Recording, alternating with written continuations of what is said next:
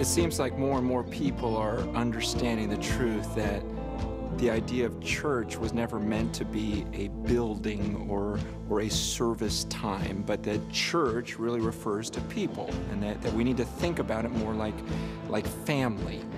Your family is a family regardless of whether you meet in a home or regardless of whether you have a reunion.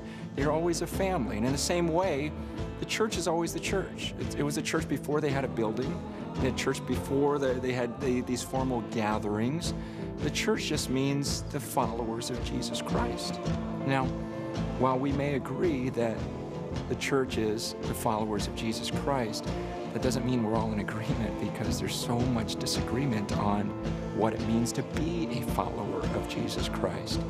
Just like we can distort the concept of fearing God, we can also distort the concept of following Jesus. And it's a pretty simple concept. I mean, Jesus says, "Follow me." And it's the first thing he said to his disciples, "Follow me, and I will make you fishers of men." Now, granted, he was talking to fishermen, and he was saying, look, okay, forget the fish for a second. Follow me, and I'm gonna have you not just catch fish, I'm gonna have you catch people. And it's the last thing that Jesus said to his disciples too. He says, you know what, now, go and make disciples, go and make these other followers of me, and baptize them and teach them to obey everything I commanded you. So the first thing Jesus says to his disciples is, follow me, and I'll make you fishers of men. Last thing he says is, go and make these disciples, these people who follow me. And in between those two statements, he spent a lifetime of showing them what it means to follow God, showing them what it means to make disciples or to fish for men. It's this idea of we get more and more people to come under the authority of God, to actually submit to him and live the way that God wants us to. And so he tells his disciples, he goes, follow me, and I'm going to teach you how to do this. He spends his whole life doing it. Then he goes, now go and do the same thing. Where it gets weird is that nowadays there are millions of people on this earth who call themselves followers of Jesus, but their lives look nothing like his. And they're not obeying the things that he called them to do. And yet in their hearts they're convinced they're followers.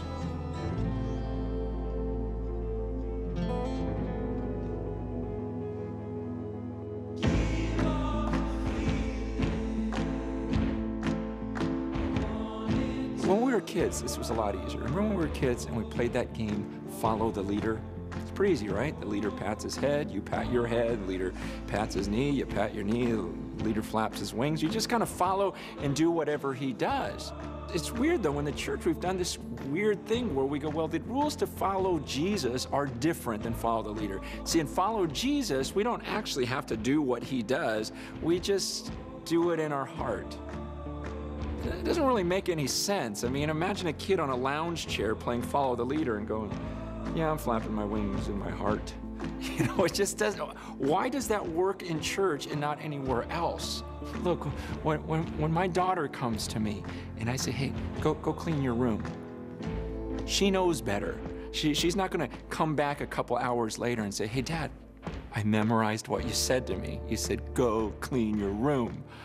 You know, what am I gonna say? Oh, good job, that's what I wanted.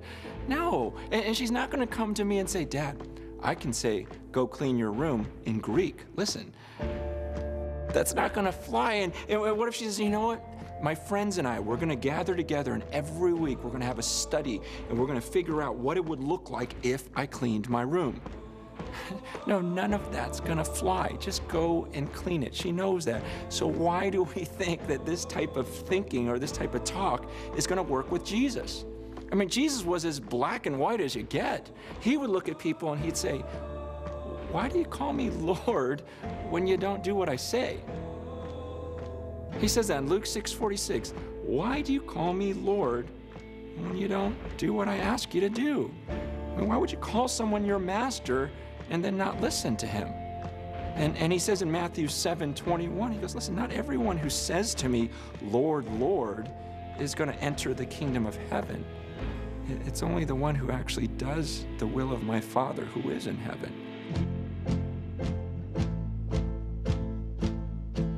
See, these words that we give without action behind it, that was never acceptable to Jesus. He says it's pretty simple. When I say follow me, you follow me, you do what I do. And when I ask you to do something, you just obey.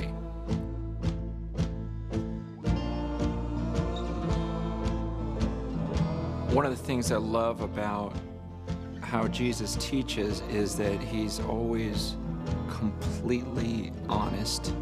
He doesn't hide anything. He just lays it all out there. Like when he told the people, hey, follow me, he explains to them how difficult it's going to be to follow him. He goes, listen, if you follow me, it's not going to be this life of luxury. In fact, I don't even know where I'm going to sleep tonight. And not only that, but people are going to hate you for following me. And not only that, but there's going to be all these temptations in the world, and you're going to have to fight all these things, and even your own family might be against you. If you follow me, you may end up getting crucified like I'm about to get crucified. See, sometimes we're not that honest with people. We try to talk people into following Jesus by just saying, hey, if you follow Jesus, you can be forgiven, you'll get to go to heaven, you can have intimacy with God, and all those things are true, but we neglect this other part that Jesus was very upfront with, saying, look, it's very, very difficult to follow me. There's a wide road, and most people are going to take this wide and easy road, but there's this narrow road that leads to life. And very few people will find it, and it's a hard path, he explains. But he also tells them, but I'm worth it. I am so worth it.